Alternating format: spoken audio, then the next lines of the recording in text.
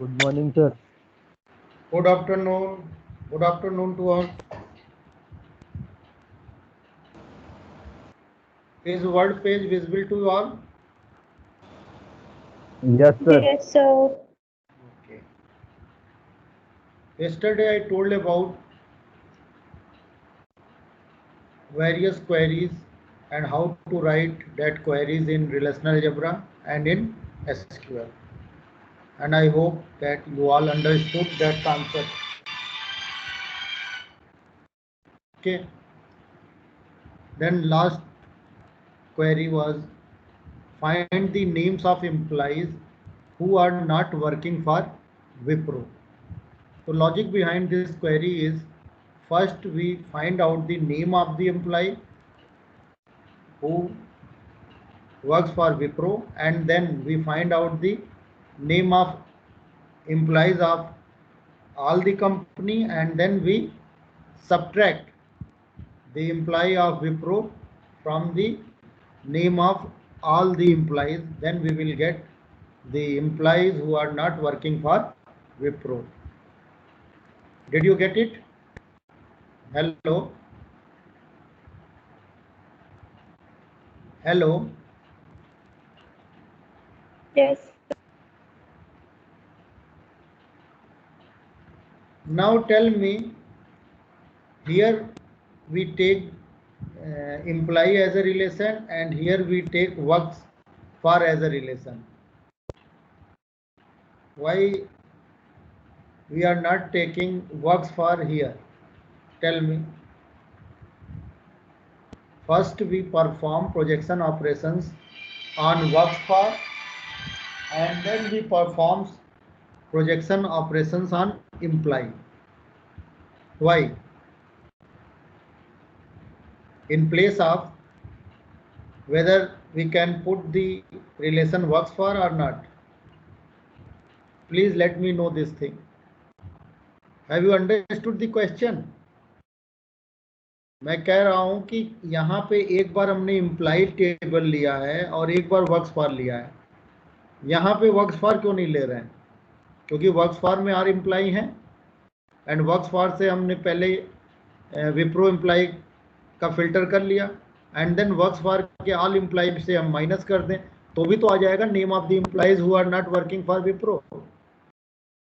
Did you get it? Hello? Yes, sir. What will be appropriate? Why I am not taking works for here? अगर यहाँ पे हम works for ले लें, works for ले लें, तो क्या रिजल्ट नहीं आएगा? Please let me know. Hello?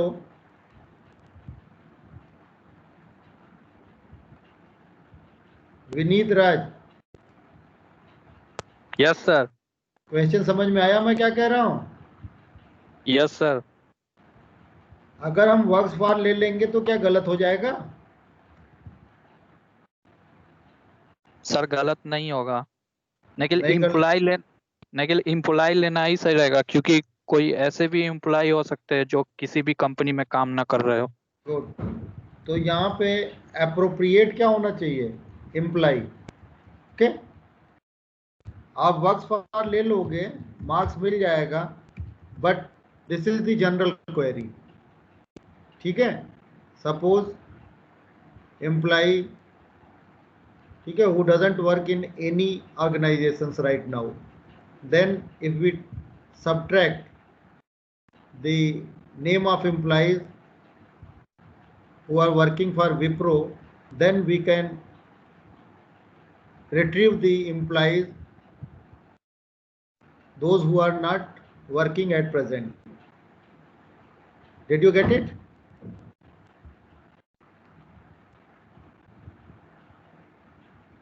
Now equivalent expression in SQL is select e name from employee minus select e name from works for, where company name equal to Wipro. This is the SQL equivalent of this relational expression. And sometimes people like the query in this way: select name sir इसमें from semicolon parenthesis के बाहर होगा ना? works for. Let me write the query and then I will check. Select ename from works for where company name is not equal to Wipro.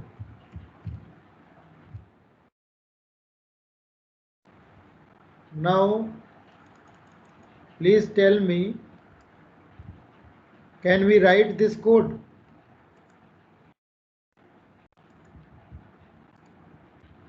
Hello, can we write this code? Vineet Raj. Yes sir. In SQL, this is the valid SQL command कि we filter the ename, ठीक है, for that tuple this condition is false, and if company name is not equal to is represented by this symbol, less than and greater than. Okay, now tell me this expression in SQL whether represent the first one or the second one, pi ename works for minus pi ename summation company name equal to Wipro works for. ये जो है किस relational algebra की equivalent होगा, बताइए। Sir केवल works for वाले table के लिए होगा। ओनली वर्क्स फॉर टेबल के लिए। अब समझ में आ गया कि हम ये क्यों नहीं लिख रहे हैं। जनरल क्वेरी कौन सी है, ये वाली है, select E name from employee minus select E name from works for where company name equal to Wipro. तो इस वाले एक्सप्रेशन का इक्विवेलेंट ये है, लेकिन क्या ये वाला इस वाले एक्सप्रेशन की इक्विवेलेंट है? नहीं है, ठीक है। This expression is not equivalent to this expression which is written in relational algebra. This expression is written in relational algebra. Did you get it? Hello? Yes sir, yes sir. Now next query is find the total and average salary paid by each company. Find the total and average salary paid by each company. Here we are looking for the company name and average salary of the company, and then total salary company paid to their employee. Total salary and average salary. So what will we do for this? In SQL there is an aggregate functions, average aggregate functions, and for total sum aggregate functions. So in SQL we will use sum aggregate functions and average. Why we say aggregate functions? Because these functions works on multiple values. If there are salary of 10 employees, then only we can perform the summation operations. If multiple values in salary column, then we can only perform the average and total. Otherwise there is no need of performing total and average functions. That's why we say कि average and sum, max, min, count, these are called aggregate functions in SQL. Okay. So in relational algebra we use capital G for grouping, and here we group the things by company name, and then we perform average of salary and sum of salary. On which table we perform all these operations? Works for relation. And equivalent of this relational expression in SQL is select company name, comma, sum of salary, comma, average of salary from works for, and group by company name. Here we are grouping the data by company name. Suppose in TCS there are 100 employees, so one group TCS and group of 100 employees, and another group is Infosys. Suppose in Infosys there are 10,000 employees, so Infosys and set of 10,000 salary, and then on that we perform aggregate functions like sum, average, max, min, count. Did you get it? Hello, Vineet Raj, yes sir. समझ में आया कि नहीं?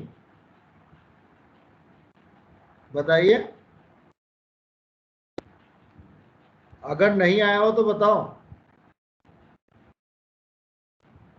Sir ये relational algebra नहीं आया समझ में। रिलेशनल अलजेब्रा नहीं समझ में आया। रिलेशनल अलजेब्रा में जो ग्रुप वाई नोटेशन है उसको कैपिटल जी से हम रिप्रेजेंट करते हैं।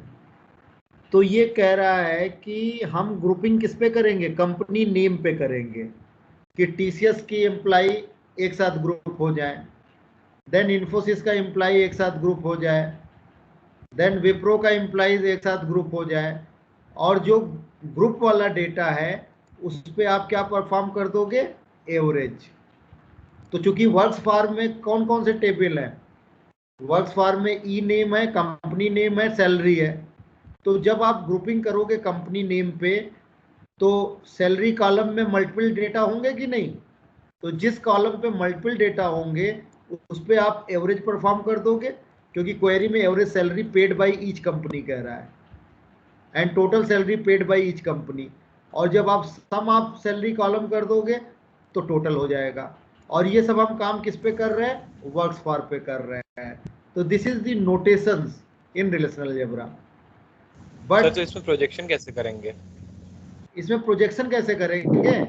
प्रोजेक्शन में आपको एक तरीके से average salary and sum salary कह रहा है, तो ऑटोमेटिकली ये average salary and sum salary आ जाएगा। इस एक्सप्रेशन में इंक्लूडेड है कि जो आप इसके नीचे लिख रहे हो ना, जैसे हम पाई लिखते थे कि नहीं पाई, तो ये इसमें इंक्लूडेड है कि जब आप कैपिटल जी लगा रहे हो तो ये कॉलम जो आएगा वो एवरेज सैलरी का हो जाएगा, जिसमें एवरेज सैलरी आ जाएगी, और सम ऑफ सैलरी में क्या हो जाएगा? सम ऑफ दी सैलरी आ जाएगा। अदरवाइज हम क्या लगाते थे? पाई लगाते थे, लेकिन यहाँ पे हम पाई नहीं लगा रहे, हम पाई तो कर ही रहे हैं, उसके साथ साथ ग्रुपिंग कर रहे हैं। Did you get it? Hello, okay sir. Now same thing we can implement in SQL. So let me open the SQL.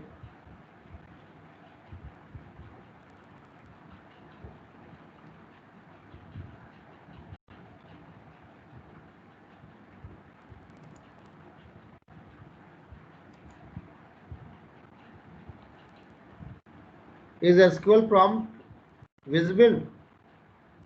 Yes, sir. Okay. Now I am going to connect with Oracle server.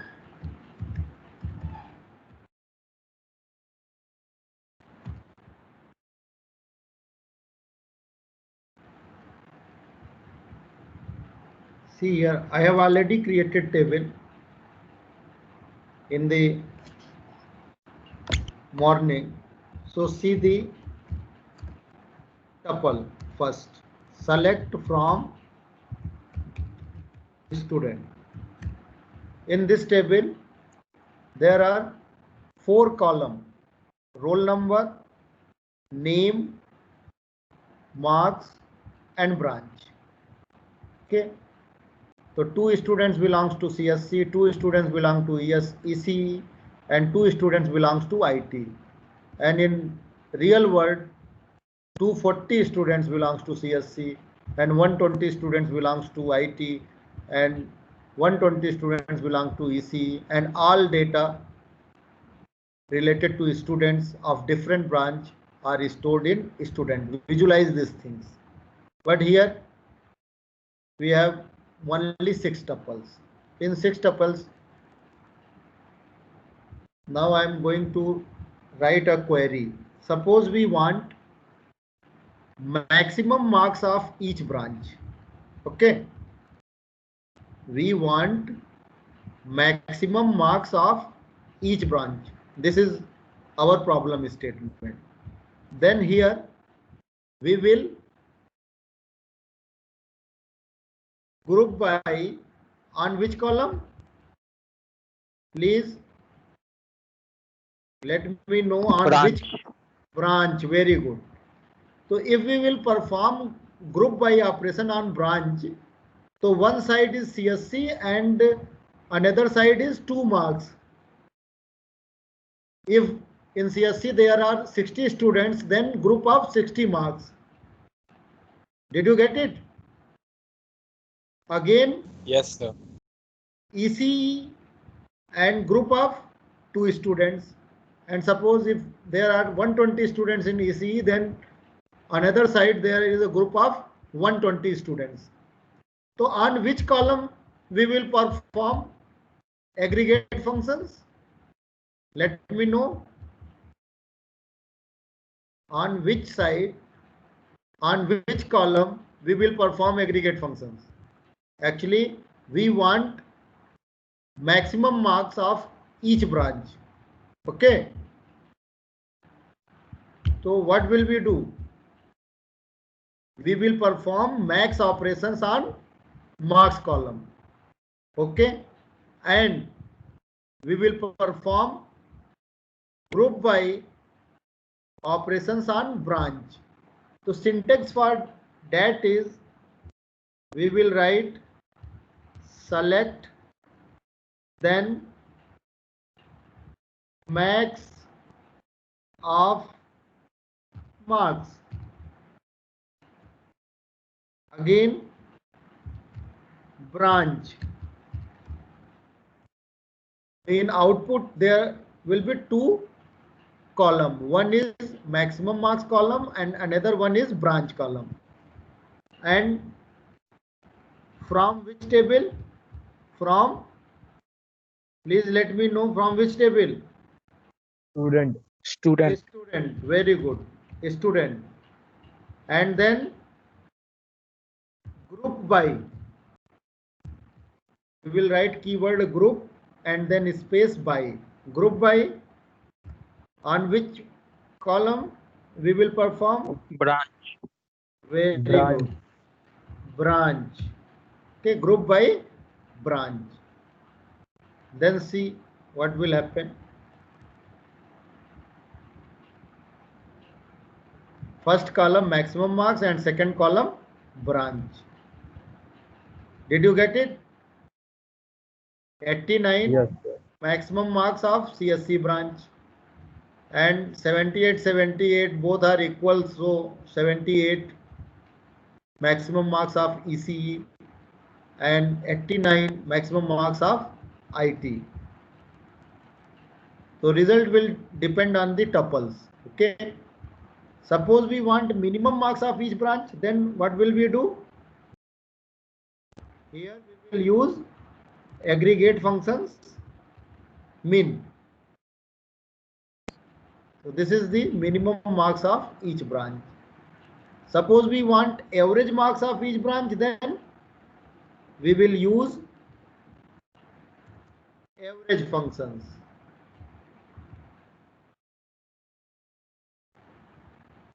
Okay. Suppose we want only average marks of IT student. Then what will we do? In the result, there are 3 tuples, but we want only the average marks of IT branch. Then what will we change in the SQL statement?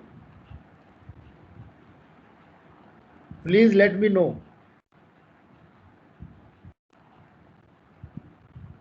Sir repeat कर दीजिए sir एक बार। Select क्या repeat कर sir दूं? Where लगा देंगे। है question question हमारा ये है कि अभी हमने क्या किया, जितने टेबल में जितनी ब्रांच थी सबका एवरेज मार्क्स डिस्प्ले कर दिया।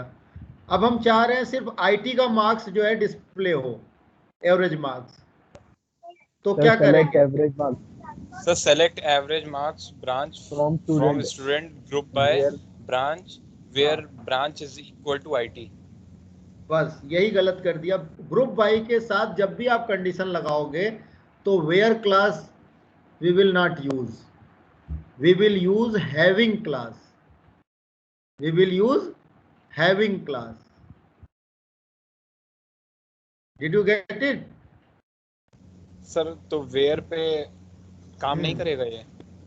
वेयर आप नहीं लगाओगे। अगर ग्रुप बाई यूज कर रहे हो तो ग्रुप बाई में अगर कंडीशंस लगाना है तो उसके लिए कीवर्ड हैविंग है, और विदाउट ग्रुप बाई अगर आप कंडीशन लगाना चाह रहे हो तो उसके लिए क्लास क्या है? वेयर क्लास है।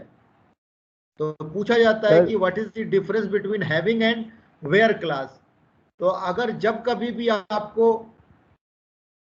कंडीशंस लगाना है ग्रुप बाई क्वेरी में तो आप उस केस में हैविंग लगाओगे। ठीक है, देखो हम करके देखते हैं, हो सकता चल जाए। आप कह रहे हो कि यहां पे हम लगा दें where branch equal to IT, यही तो कह रहे हो आप?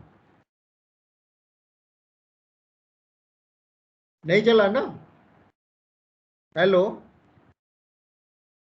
Yes sir yes sir. तो यही आपको जो है सीखना है, इसीलिए कि यहां पे आप वेयर की जगह कौन सा क्लास लगाओगे? हैविंग। और कोई पूछता है हैविंग में हम क्या लिखते हैं, तो कंडीशन ही लिखते हैं, जैसे वेयर क्लास में भी कंडीशन लिखते हैं। तो अब देखिए क्या हुआ, फिल्टर होके आ गया कि नहीं टप्पल? हेलो? Yes sir. तो प्लीज नोट दिस थिंग कि ग्रुप बाई हैविंग क्लास, इसका नाम ही बोलते हैं ग्रुप बाई हैविंग क्लास। तो हमने एक साथ इसीलिए नहीं बताया था, पहले ग्रुप बाई बताया देन कंडीशन बताया। सर इसको रिलेशनल अलजेब्रा में कैसे लिखेंगे? रिलेशनल अलजेब्रा में लिख तो दिया है ग्रुप बाई ब्रांच नेम करके। जो सिलेक्शन लगा रहे हो उसमें तो सिग्मा ही यूज करोगे ना, ये भी तो सिग्मा ही है। आपने लिखा था कि नहीं sigma, company name equal to TCS, company name equal to, तो कंडीशन लगाना होगा तो आप क्या लगाओगे? सिग्मा ही तो लगाओगे। वहां पे तो सिलेक्शन ऑपरेशन ही तो करोगे। ठीक है,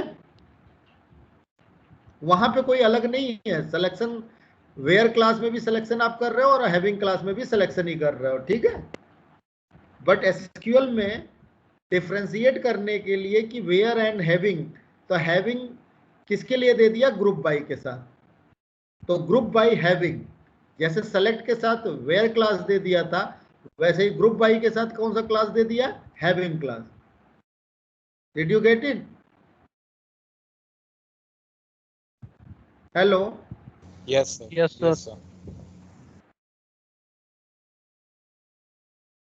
now next problem is, suppose we want to name of the students and minimum marks of the students, या name of the students who secured minimum marks in IT branch. Actually we want to retrieve the name of the students of IT branch who secured minimum marks. Then what will we do?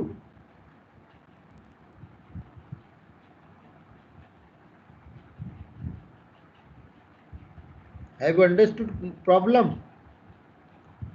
कि जो Sir, student select minimum marks, minimum marks, select minimum marks, branch from student group by select आप बोल रहे branch, हैं minimum marks, लिख लेने तो मुझे साथ साथ लिखने तो minimum marks, then branch from student group by branch having branch is equal to IT. नहीं, सेलेक्ट मिनिमम मार्क्स लिख दिया, इसके बाद क्या लिखूं बताओ, धीरे धीरे बोलो आप। सेलेक्ट मिनिमम मार्क्स लिख दिया, then Comma branch comma branch from student group by from student group by branch branch having branch is equal to IT. Having branch equal to IT, ठीक है, देन Semicolon. सेमीकोलन।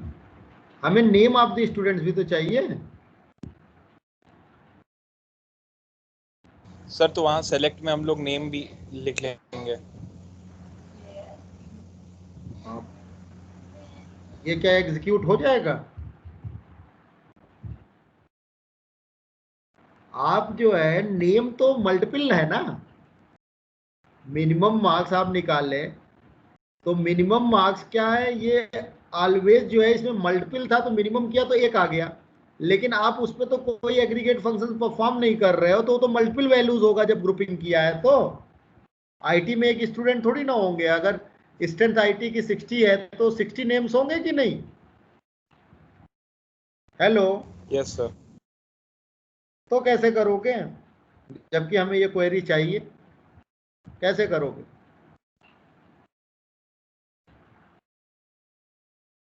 हमने बार बार बताया आपको, note कर लीजिए, जब भी ग्रुप करोगे तो जब भी ग्रुपिंग आप आईटी की करोगे तो मल्टीपल नेम्स आएंगे, मल्टीपल मार्क्स आएगा, आएगा कि नहीं? तो जब हम उस पर एग्रीगेट कर रहे हैं तो सिंगल आ जा रहा है, इसलिए हम एग्रीगेट फंक्शन के साथ डिस्प्ले कर दे रहे थे, लेकिन नेम तो मल्टीपल है, तो क्या हुआ, कंपाइलर नहीं समझ पा रहा है कि आप करना क्या चाह रहे हो, तो क्या करोगे?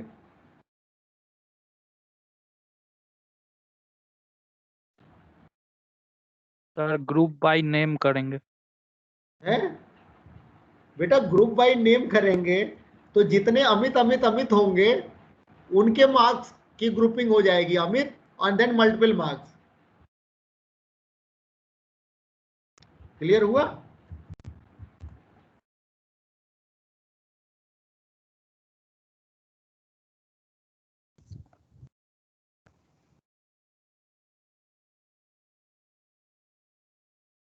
प्रॉब्लम स्टेटमेंट ये है कि हमें जो है आईटी स्टूडेंट्स, कौन सा स्टूडेंट है जो मिनिमम मार्क्स सिक्योर किया है? अमित है, तो रिजल्ट में अमित आ जाए, उसका मार्क्स आ जाए और ब्रांच आ जाए। तो उसके लिए क्या करेंगे, कौन सा ऑपरेशन परफॉर्म करेंगे?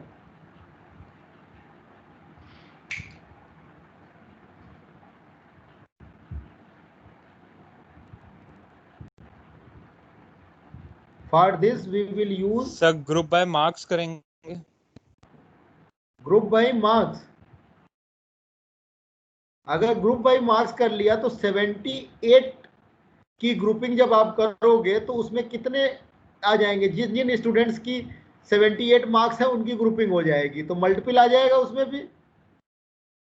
हाँ उसमें सर। कितने कितने ग्रुप बन जाएंगे? 3 ग्रुप बन जाएंगे, 3 एक ग्रुप ग्रुप बन जाएंगे। 78 का बन जाएगा, एक जो है 89 का बन जाएगा और एक जो है 67 का बन जाएगा। इसके लिए आप यूज करोगे नेस्टेड क्वेरी और सेल्फ एसोसिएशन। तो आप see here we will write, sir तो मतलब ये तो आपने पढ़ाया ही नहीं था ना, मतलब अभी सोच लेना चाहिए, पढ़ाया नहीं था, लेकिन लॉजिक कैसे आएगी, मतलब नेम तो नहीं लिखेंगे। हाँ सर वो, मैंने हाँ जो नेम नहीं नेम लिखेंगे। जो नेम लिखना था, मेरा ऑब्जेक्टिव ये था बेटा कि आप गलत चीज मत लिख देना, वो स्टूडेंट नेम लिख देते हैं। तो इस क्वेश्चन का पूछने के पीछे लॉजिक क्या थी कि नेम नहीं लिखना है, ठीक है, तो यहीं पे हम आपको सब क्वेरी भी बता देते हैं, क्योंकि जब पूछा जाता है क्वेरी तो उल्टा सीधा लिख देते हैं, नेम करके लिख दिया, तो वो वैसे नहीं होगी, उसके लिए डिफरेंट मेथड है। उसमें से जो हम बताने जा रहे हैं नेस्टेड क्वेरी वाला, वन ऑफ देम। तो ऐसा नहीं कि नेस्टेड क्वेरी का मतलब क्या हो गया, क्वेरी विद इन क्वेरी। तो क्वेरी के अंदर क्वेरी चला देंगे तो ये आ जाएगा। तो आप देखिए कैसे करते हैं इसको। Select name then marks then branch branch branch from student where marks equal to, अब ये मार्क्स क्या आ जाए, मिनिमम आ जाए मिनिमम आ जाए। आईटी में। तो मिनिमम के लिए हम एक पहले इनर क्वेरी एग्जीक्यूट होता है, देन आउटर क्वेरी होता है। तो जो ब्रैकेट में लिख रहे हैं वो इनर क्वेरी होगा। तो उसके लिए लिखेंगे select marks from student group by, किस पे ग्रुपिंग करेंगे बताइए, ब्रांच। ब्रांच।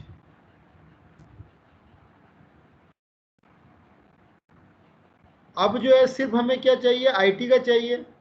तो ग्रुप बाई ब्रांच के साथ आप क्या लिख दोगे, having branch equal to IT.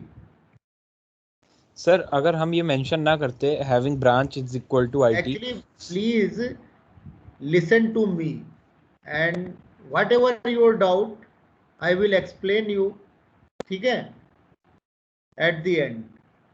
Actually क्या होता है कि जो हम बता रहे हैं उसके आप सुन लो, हो सकता है जो पूछने वाले हो आप वो अभी आ जाए क्लियर होके। तो जो कॉन्सेप्ट है उसको जानना बहुत जरूरी है, कैसे होता कैसे एग्जीक्यूशन। बाकी जो डाउट है वो हम बता देंगे। तो ये जो अपने क्वेरी लिखा, तो ये पार्ट जो है ये सबसे पहले एग्जीक्यूट होगा। जो ब्रैकेट में लिखा हुआ है वो पार्ट क्या होगा, सबसे पहले एग्जीक्यूट होगा। तो जब ये एग्जीक्यूट होगा तो यहां पे एक वैल्यू आएगी एग्जीक्यूट होके, वो कौन सी वैल्यू होगी इस टेबल में, देख के बताइए। तो 67। 67। अब क्या होगा कि इसी टेबल में फिर एक एक करके चेक होगा कि किस स्टूडेंट की वैल्यू 67 है। तो जिस स्टूडेंट के लिए मार्क्स इक्वल टू 67 हो जाएगा वो डिस्प्ले हो जाएगा। लॉजिक क्लियर हुआ, did you get it? Yes sir. कि इस पार्ट से एग्जीक्यूट होके क्या होगा, रिजल्ट में एक वैल्यू ही तो आएगी, और वो वैल्यू जो है अब आउटर क्वेरी एग्जीक्यूट होगा। अब आउटर क्वेरी जब एग्जीक्यूट होगा तो ये इस टेबल पे नेम मार्क्स ब्रांच उस स्टूडेंट का फाइंड आउट करेगा जिसका मार्क्स जो ये वैल्यू आ रहा है उसके इक्वल हो जाए, ठीक है। और क्या करेंगे बताओ, कि हो गया अब? सर पर आपकी क्वेरी तो ये थी ना कि पूरे टेबल में जिसका मार्क्स मिनिमम है उसका नेम ब्रांच और। जिस आईटी ब्रांच के स्टूडेंट्स का मिनिमम मार्क्स चाहिए, क्वेरी ये थी। Okay sir. क्वेरी क्या थी कि आईटी स्टूडेंट्स के, मतलब जो आईटी स्टूडेंट्स है आईटी ब्रांच में कौन से स्टूडेंट का मिनिमम मार्क्स है, ये क्वेरी है। समझ में आया? आपने सुना नहीं होगा, बार बार यही हम कह रहे हैं, आईटी ब्रांच में कौन सा स्टूडेंट्स मिनिमम मार्क्स सिक्योर किया हुआ है। अब समझ में आया कि क्या करना है? अब बताओ क्या ये कंप्लीट है कि कुछ और करेंगे, बताओ।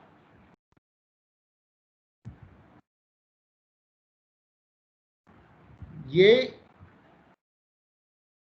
सफिशिएंट है या कुछ और भी करना है, कुछ और भी करना है क्वेरी में, बताओ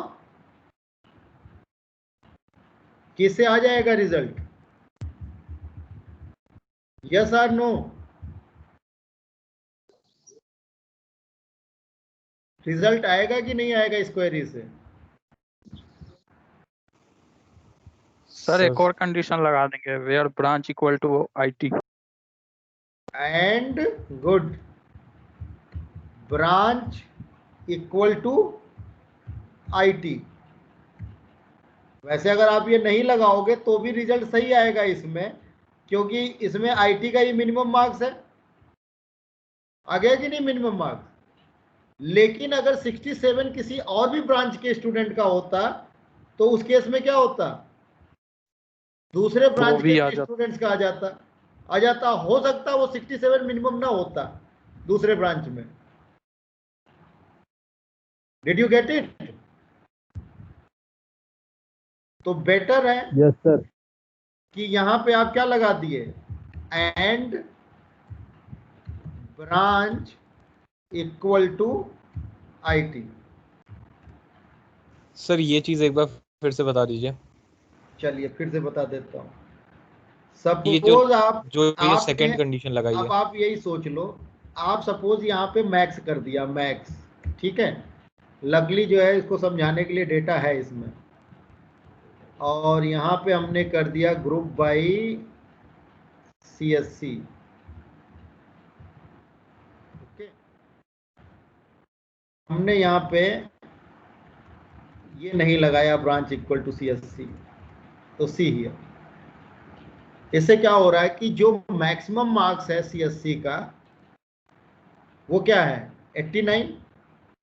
लेकिन आप देखो कि 89 में सीएससी नहीं आएगा, आईटी भी आ जाएगा। आ गया कि नहीं?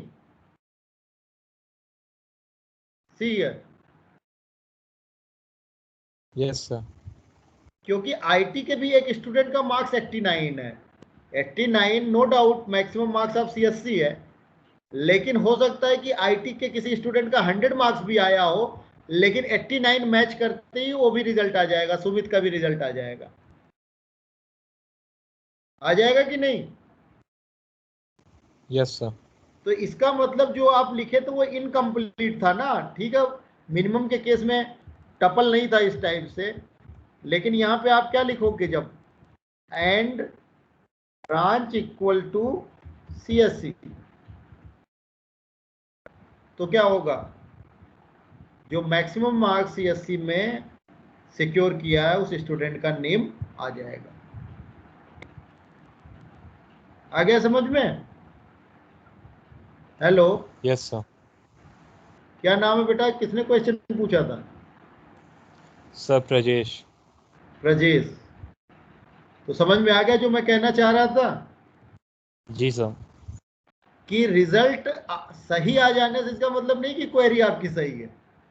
रिजल्ट तो हो सकता है सही इसलिए आ जाए कि अदर जो है कॉम्बिनेशंस नहीं था, ठीक है। लेकिन जब आप चीजों को विजुलाइज करोगे तो आपको लॉजिक क्या करना चाहिए, करेक्ट लॉजिक लगाना चाहिए। तो आप उसके साथ एंड लगा दोगे तो वो क्या करेगा, सिर्फ आईटी के स्टूडेंट को सर्च करेगा कि आईटी स्टूडेंट्स के किस स्टूडेंट्स का मार्क्स मिनिमम मार्क्स से मैच कर रहा है। अगर 2 स्टूडेंट्स के इक्वल होंगे मिनिमम मार्क्स तो दोनों स्टूडेंट आ जाएंगे कि नहीं, या टॉपर 2 स्टूडेंट्स के इक्वल मार्क्स है तो दोनों के नेम आ जाएंगे। तो ये रियल वर्ल्ड में मैक्सिमम बैलेंस, मैक्सिमम मार्क्स, ठीक है, ग्रुप बाय हैविंग क्लास लगेगा ही लगेगा। ये मैक्सिमम सैलरी किसकी है, मिनिमम सैलरी किसकी है, एवरेज सैलरी कितनी है, ठीक है, डिपार्टमेंट वाइज। तो ये सब के मतलब रिट्रीवल के लिए आपको ग्रुप बाय हैविंग क्लास लगेगा। तो नेस्टेड क्वेरी क्लियर हो गया? Nested Yes, sir. क्वेरी में ये वाला पार्ट कहलाता है outer query, and this is called inner query. तो first inner query will be executed and then we obtain the result from the inner query, and after obtaining the result from inner query we will execute the outer query. and this is called sub query, nested query, ठीक है, query within query or query within query within query. So higher level of nesting you can do, but same result we can obtain through self association. अगर आप nesting use नहीं करना चाह रहे हो तो सेम रिजल्ट आप क्या कर सकते हो, व्यू क्रिएट करके भी कर सकते हो, सेल्फ एसोसिएशन करके भी कर सकते हो. तो यहाँ पे क्वेरी के लिए एक ही मेथड नहीं है, n number of the ways, and then you have to find out the best one out of them, and that is called query optimization. Okay, did you get it? Now see this expression here. We perform group by on company name and then find out the average salary and some salary, and all the operations we perform on works for table or works for relation. And equivalent of this expression in SQL is select company name, comma some salary, comma average salary. Here we can write the company name. Why? Because single value. We are grouping on company name. So in projection we can mention the company name column. So the column name on which we perform group by operations, we can use that column in the projection. Did you get it? Otherwise, other column on which we are not performing group by operations, for that column we will perform aggregate functions on that column. As a salary, multiple values. If we perform group by operations by company name, then multiple salary of that company. So on multiple data, we will perform summation operations. On multiple data, we will perform average operations. And then from table name and group by company name. If we want to apply condition, then we will use having clause. Suppose we want only the total salary paid by TCS and average salary of the TCS, then here we will write having company name equal to TCS.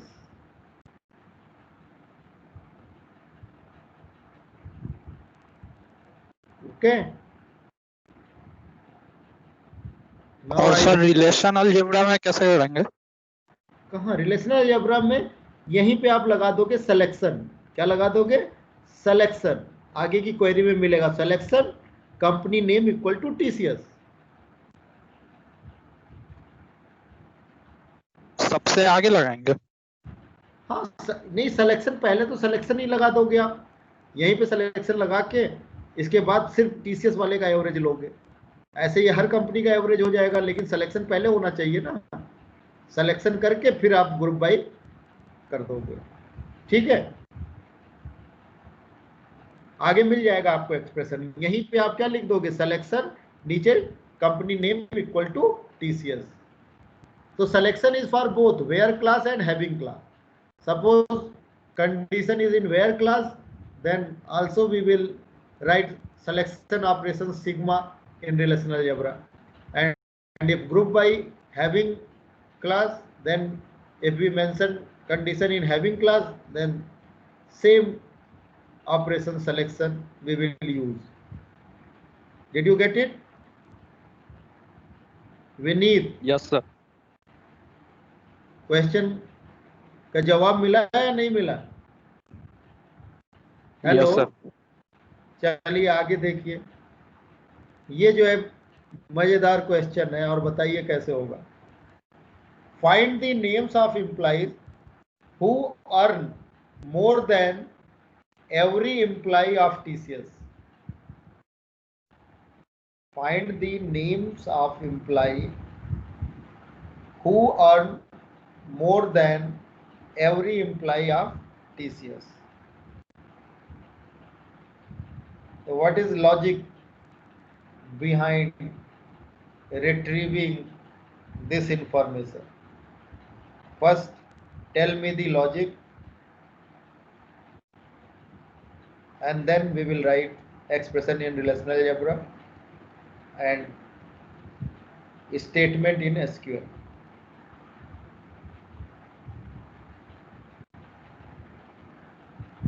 Hello, no response.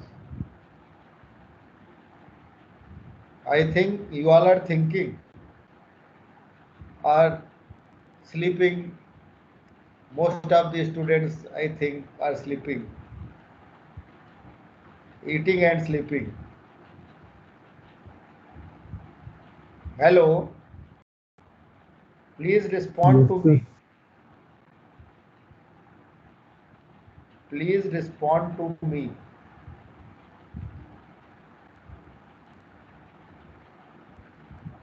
इस information को retrieve करने के लिए क्या logic होगा? Sir SQL command बताएं। Logic बता दो, एसक्यूएल कमांड क्या, लॉजिक क्या सर होगा? लॉजिक तो इसमें ये होगा, जैसे कंपनी सर बहुत सारी हैं, राइट? तो सर हम लोग पहले ग्रुप बाय करेंगे टीसीएस से, सर इसमें नेस्टेड ही यूज करेंगे। ठीक है, आप बताइए ये क्वेश्चन कह क्या रहा है कि क्या चाहिए? सर इसमें हम लोग को नेम ऑफ एम्प्लॉयज डिस्प्ले करना है जो सर टीसीएस कंपनी के हों और वो उनकी सैलरी मैक्सिमम हो, जिस एम्प्लॉय की सैलरी मैक्सिमम कह रहा, फिर से पढ़ो ना क्या कह रहा है, इसीलिए तो मैं कह रहा हूँ कि क्वेश्चन समझना बहुत जरूरी है। ये कह रहा है कि find the names of employees, मतलब किसी भी कंपनी के हों, who earn more than every employee of TCS. TCS के एम्प्लॉय से ज्यादा अर्न कर रहे हैं। अरे मेरी बात तो सुन लो, अब टीसीएस के एम्प्लॉय की जो मैक्सिमम सैलरी होगी, अगर दूसरे एम्प्लॉय की सैलरी उससे भी ज्यादा होगी तो इसका मतलब वो क्या होगा, उस एम्प्लॉय की salary every employee of TCS से ज्यादा होगी कि नहीं होगी? हाँ सर। क्वेश्चन क्लियर हुआ कि नहीं? Yes sir. First we will find out the maximum salary of the TCS, maximum salary of the employee of TCS, and then we compare salary of other organization with the maximum salary of the TCS, and then we filter the name of employees who have more salary than the maximum salary of TCS, maximum salary of the employees of TCS. Did you get it?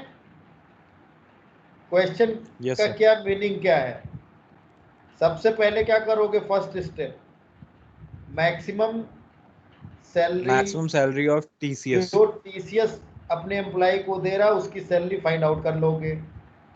फिर one by one other company के employ की salary check करोगे, और जिस employ की salary TCS के maximum salary से greater than होगी, वो सारे एम्प्लॉय का नेम डिस्प्ले हो जाए। नेस्टेड क्वेरी भी लगेगा, ग्रुप बाय भी लगेगा।